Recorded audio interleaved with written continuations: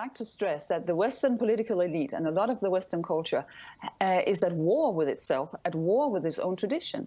And that's why they don't stop this genocide against Christians, because they need to get rid of the Christian church, the Christian voice, to implement a new world order, to implement a new belief system, because Christianity actually gives people light to understand what is the truth, and it gives personal freedom. And this is exactly what they don't want. I mean, it is a kind of anti-Christian spirit that is at work. And normally in these political programs, we don't talk about spiritual matters, but we need to do that, because you can't understand what's going on in the world today if you don't understand that underneath the political agenda is a spiritual agenda, and it's not really rational, but it's full of hatred against Christianity, because nobody can explain why in these human rights times that nobody really cares about the Christians.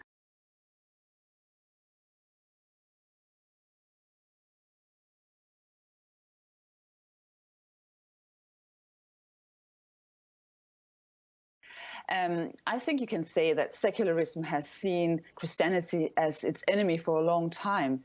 And Democrats and leftists and also globalists, they only believe that ethnical minorities, women, Muslims, and homosexuals can be victims, not Christians. White men and Christians are evil people, so to say. So I think you can say in that regard, it would be political incorrect to say these things. But I think there is a deeper reason. And I've thought a lot about this, and I also made a YouTube video on it on my own channel.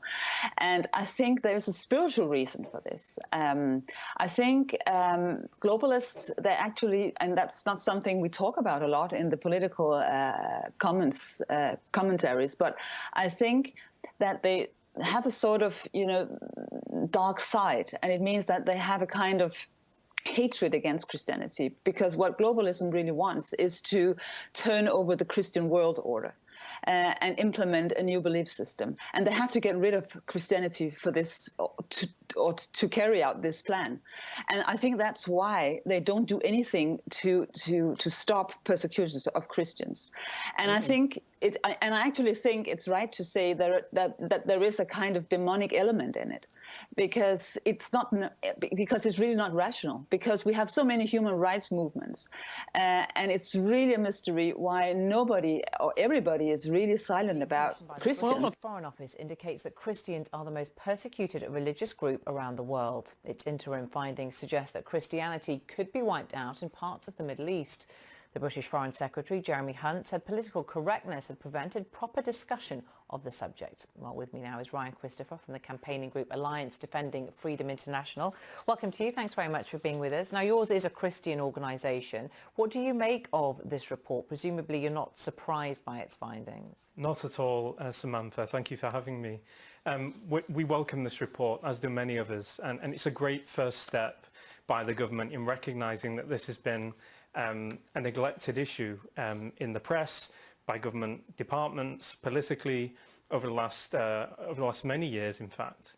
That Christian persecution happens to 80% of the 1/3 of the world who suffer religious persecution. A new interim report released at the request of the British Foreign Secretary says Christian persecution in some parts of the world is, quote, close to meeting the international definition of genocide, with Christians being targeted by extremist groups in the Middle East, Sub-Saharan Africa, and East Asia.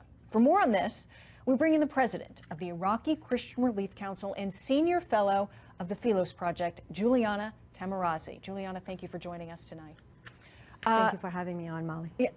It's really startling to see that sort of figure, that takeaway from the report, that it could potentially be reaching genocidal levels. Also worth noting from this report, 80% of religious believers who are being persecuted around the world are Christians. Should this be a wake-up, a worldwide wake-up?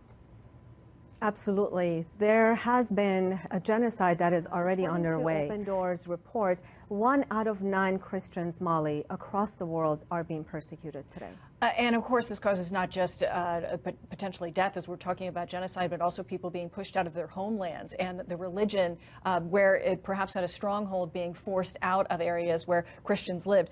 I want to take a listen. This is the British Foreign Secretary, Jeremy Hunt, speaking in Kenya.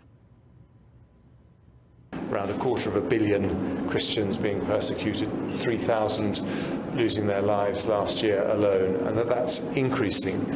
And there are many different reasons for that.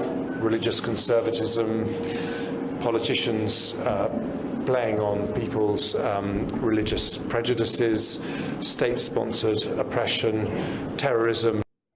He also talked about political correctness. Do you think that plays a role? Absolutely. Actually, I believe the death of most of the people that are suffering today is truly because of the political correctness, because the world turns a blind eye to this. And when we are politically correct, we are sympathizing with those terrorists that are destroying communities and erasing histories. For example, the Assyrian people in Iraq, our history, they're trying to erase our history by destroying our monuments and really pushing out us from the homeland. Unfortunately, Europe is being run by governments that do not care about their Christian heritage and Christian religion. They don't care about anything that's happening. All they want to do is rule and stay in power, and they use the political correctness machine to do so. Talk about the political correctness. Is that going to be the death of our societies around the world? It is the current beginning of the death. It's already happening. There are areas in France where Christians cannot walk freely. President Macron has come out saying that the Islamist movements want to secede from France. This is a leader of a country telling you that he has lost control. He's admitting finally that he has lost control.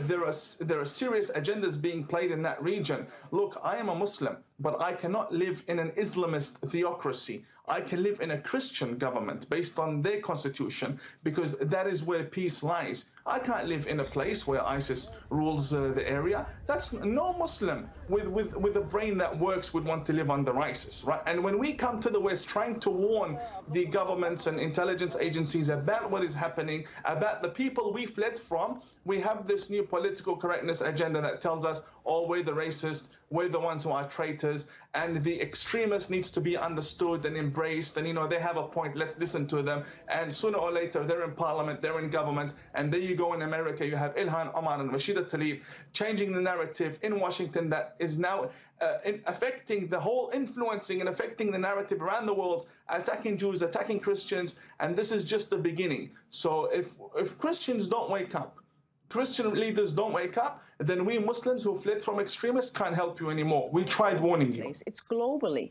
And that's why I say it is the globalist who sits back and they do nothing about this because they want it. And I even think that they are making Islam do the dirty job, so to say, because it is the Western elite that is behind all this. And we have to be aware of that. You understand religious persecution is a major problem in countries around the world. And now this new report gives us a better understanding of the world's top This report offenders. is unique in that the 9 members of the U.S. Commission for International Religious Freedom aren't burdened by diplomacy. Unlike many State Department accounts, these observers tell it like they see it. We believe as a commission that no person of whatever faith they are should have to fear within their house of worship. For the world's Christians, the situation is especially dire. Christians are the most persecuted religious group in the world, and it's accelerating.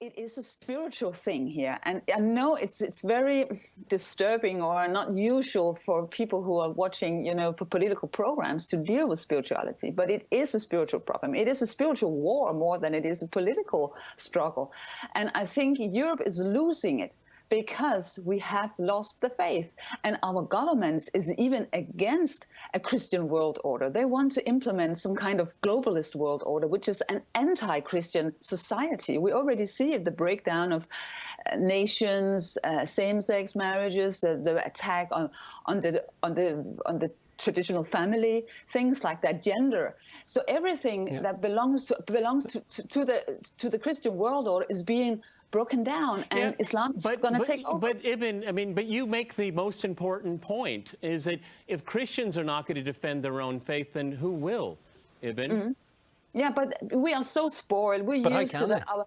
I mean, we are used to that. Our governments will take care of it. And we are very naive because we believe in democracy and, you know, freedom of speech and all these things. But there are many Christians right now who cannot talk about their faith because they're going to be punished for it, because the thought police is already there. You cannot, you know, say anything against same-sex marriages. You cannot say anything against transgenderism. All the old Christian values are politically incorrect. So it means that it's already, you know, taking place here in Europe, Christian persecution, but in a more subtle way.